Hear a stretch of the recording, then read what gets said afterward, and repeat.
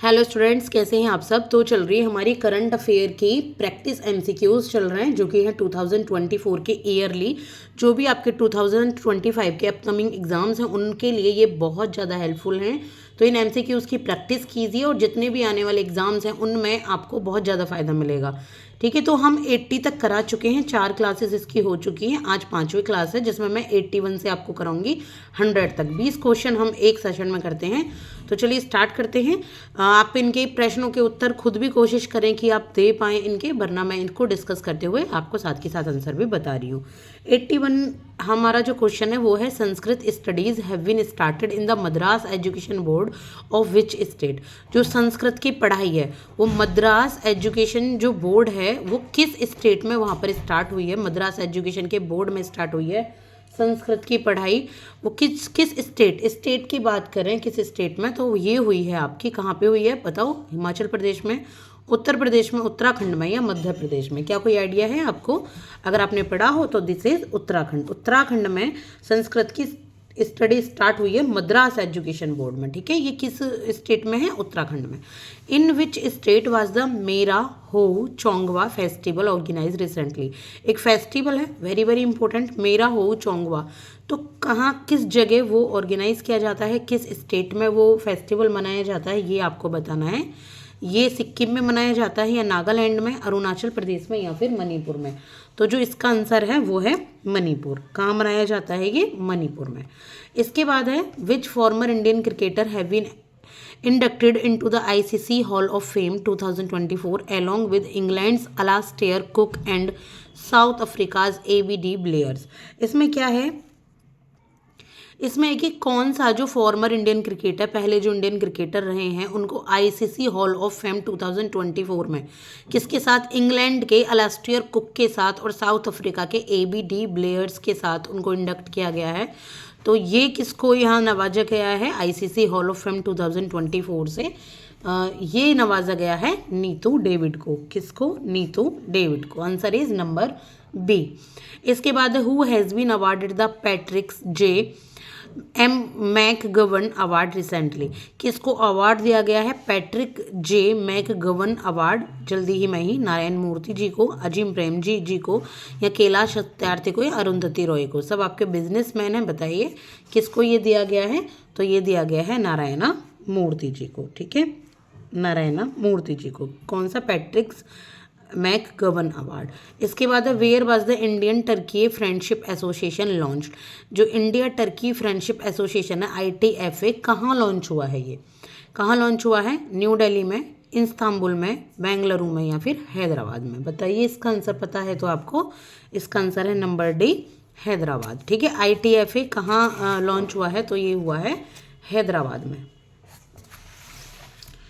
इसके बाद है 86, that is in which state the monthly honorarium of women under the Maiya Samman Yojana has been increase from 1000 to rate 2500। कि कौन से स्टेट में एक मंथली ऑनर प्रोग्राम, मंथली सम्मानित जो दिया जाता है कि मैया सम्मान योजना 1000 से 2500 रुपये बढ़ा दिए गए हैं। पहले 1000 थे, इसमें 2500 हैं। किस स्टेट की बात की जा रही है? तो ये बात की जा रही है झारखंड की। 87 is who has been awarded the National Kishore Kumar award 2023। National Kishore Kumar award किसको मिला है 2023 का? ये बताना है आपको। किसको मिला है? अमिताभ बच्चन को, राजकुमार हिरानी को, कबीर खान को या आमिर खान को। तो ये मिला है राजकुमार हिरानी को। ठीक है, ये आई थिंक प्रोड्यूसर या डायरेक्टर हैं फिल्मों के, राजकुमार हिरानी। बहुत अच्छी अच्छी मूवीज़ इन्होंने बनाई है। आई थिंक 3 इडियट्स भी इन्हीं की मूवी है, और लगे रहो मुन्ना भाई है, या फिर जो ये थी ना संजय दत्त के ऊपर जो मूवी थी वो भी उन्होंने बनाई है, संजू। इसके बाद 88, how many medals has India won in total in the ISSP world cup final 2024 held in new Delhi. कि कितने मेडल्स इंडिया जीत चुका है? किस में जीते हैं इंडिया ने medal? ISSF world cup final 2004 में, जो कि नई दिल्ली में हुआ था ISSF वर्ल्ड कप। तो कितने जीते हैं मेडल, हमें वो बताने हैं। तो इंडिया ने जो मेडल जीते हैं वो हैं 4, टोटल 4 मेडल जीते हैं, जिसमें 2 सिल्वर है और 2 ब्रॉन्ज है। इसके बाद है, विच स्टेट गवर्नमेंट है रिसेंटली लॉन्च्ड द बना कही स्कीम, बना कही स्कीम है, पता नहीं है बना कही स्कीम है, ये आप देख लीजिएगा एक बार। To support farmers and entrepreneurs, farmers और एंटरप्रेन्योर्स को सपोर्ट करने के लिए कौन सी स्टेट गवर्नमेंट ने बना कही स्कीम को लॉन्च किया है? तो किसने लॉन्च किया है? इसका answer is number C, Mizoram के। ठीक है, मिजोरम के फार्मर्स को सपोर्ट करने के लिए, एंटरप्रेन्योर्स को सपोर्ट करने के लिए ये स्कीम लाई गई है। क्या नाम है? बना कही स्कीम।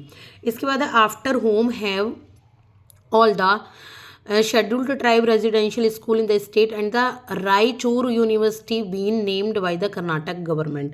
किस after home have all the scheduled tribe, जितने भी शेड्यूल्ड एसटी के रेजिडेंशियल स्कूल हैं स्टेट में और रायचूर यूनिवर्सिटी है वो किसके नाम पर कर्नाटक गवर्नमेंट में रखी गई है? ठीक है, कर्नाटक गवर्नमेंट ने किसको ये नाम दिए हैं, किसके नाम इनको दिया गया है? तो ये दिया गया है महर्षि वाल्मीकि जी को, महर्षि वाल्मीकि जी को। इसके बाद है recently who has become the chief minister of Haryana for the second consecutive time. अभी अभी कौन बना है हरियाणा का चीफ मिनिस्टर? कितनी सेकंड लगातार सेकंड, दूसरी बार। तो कौन है ये हैं आपके, आसानी से समझ पा रहे होंगे, नायब सिंह सैनी जी हरियाणा के चीफ मिनिस्टर बने हैं दूसरी बार। पहली बार का टर्म छोटा था इनका, बिल्कुल एक जब इलेक्शन शुरू होने वाले थे तभी बना दिए गए थे और अब ये दोबारा बने हैं। ठीक है, इसके बाद है in which court a new statue of goddess of justice was installed in which the blindfold has been removed from her eyes and the sword in of one of her hands has been replaced by the constitution. कौन सी court में जो न्याय की देवी होती है ना, justice, आपने देखी होंगी तराजू लेके खड़ी होती हैं, साइड में वाइट कलर में आंखें उनमें पट्टी ढकी हुई होती है, तो वो पट्टी हटा दी गई है उनकी आंखों से और तलवार की जगह उनकी आंखों में, उनके हाथों में कॉन्स्टिट्यूशन दे दिया गया है। तो कहाँ किया गया है, किस हाई कोर्ट में ये किया गया है या किस कोर्ट में किया गया है, ये आपको बताना है। तो answer is very very simple, अगर आप थोड़ा लॉजिक लगाएंगे, दैट इज़ सुप्रीम कोर्ट। ठीक है, इतना बड़ा फैसला ही सुप्रीम कोर्ट के द्वारा ही लिया गया है, main court of the country. इसके बाद who has become the first deputy chief minister of the union territory of Jammu and Kashmir. कौन जम्मू एंड कश्मीर जो आपकी यूटी है उसका पहला डिप्टी चीफ मिनिस्टर बना है? ये आप बताएंगे कौन डिप्टी चीफ मिनिस्टर बना है? ये बने सुरेंद्र कुमार चौधरी। कौन बने हैं? सुरेंद्र कुमार चौधरी। इसके बाद है where was the 25th Shanghai cooperation organisation, जो एससीओ है, समिट 2024 हेल्ड रिसेंटली। कहाँ हुई है ये 2024 की समिट, किस जगह हुई थी? जो ये एससीओ है वो कहाँ हुई है? ये हुई है आपके, कहाँ पे हुई है बताइए? ये हुई है इस्लामाबाद में। कहाँ हुई है? पाकिस्तान, इस्लामाबाद में। इसके बाद recently to whom was the IAF world space award 2024 awarded. अभी अभी किसको आईएएफ वर्ल्ड स्पेस अवार्ड 2024 से नवाजा गया है? कौन है ये? तो ये हैं doctor S Somnath. Doctor S Somnath, आपको पता है इसरो के आई थिंक चेयरमैन है ये, इसरो के, या डायरेक्टर, मतलब मेन पद है इनका इसरो में, चीफ है ये इसरो के। तो उनको अवार्ड नवाजा गया है आईएएफ वर्ल्ड स्पेस अवार्ड 2024। इसके बाद 96 to whom has the international shooting sports federation entrusted the hosting of the ISSF junior world cup 2024। 2025 का है कि किसने इंटरनेशनल शूटिंग स्पोर्ट्स फेडरेशन में होस्टिंग कौन कर रहा है आईएसएफ जूनियर वर्ल्ड कप 2025 को? किसको आईएसएसएफ ने चुना है? कहाँ पे ये है हो रहा है? तो ये हो रहा है कहाँ पे? ये है इंडिया में। ठीक है, कहाँ पे? इंडिया में। इसके बाद है who has recently become the 14th company of India to get status of Maharatna. Maharatna का जो स्टेटस मिला है, कौन सी ऐसी 14th कंपनी है, 14वीं कंपनी है इंडिया की? तो ये है हिंदुस्तान एरोनॉटिक्स लिमिटेड। कौन बनी है ये? नंबर 2 पे HAL, हिंदुस्तान एरोनॉटिक लिमिटेड। इसके बाद है 90 question 98 where was the multilateral maritime exercise Malabar 2024 of quad countries India, Australia, Japan and USA held recently. कि कहाँ पे एक मल्टीलेटरल मैरीटाइम एक्सरसाइज हुई है, यानी कि जो समुद्र की एक्सरसाइज होती है पानी वाली, मालाबार 2024 है ये, और क्वेड कंट्रीज़ के बीच में हुई है, इंडिया, ऑस्ट्रेलिया, जापान, यूएसए के बीच में। कहाँ हुई है हमें उस जगह का नाम बताना है। तो ये है विशाखापट्टनम। कहाँ है? विशाखापट्टनम, जो कि है आंध्र प्रदेश में।